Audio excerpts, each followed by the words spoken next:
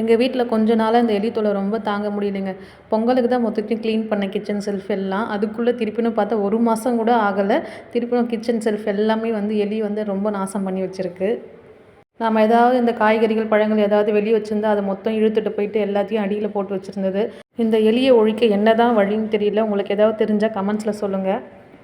நானும் இந்த கடையில் விற்கிற எலி கேக்குன்னு ரேபிட் கேக்குன்னு விற்கிறாங்களா அதையும் வாங்கி வச்சு பார்த்துட்டேங்க. அதை கண்டுக்கவே மாட்டேங்குது.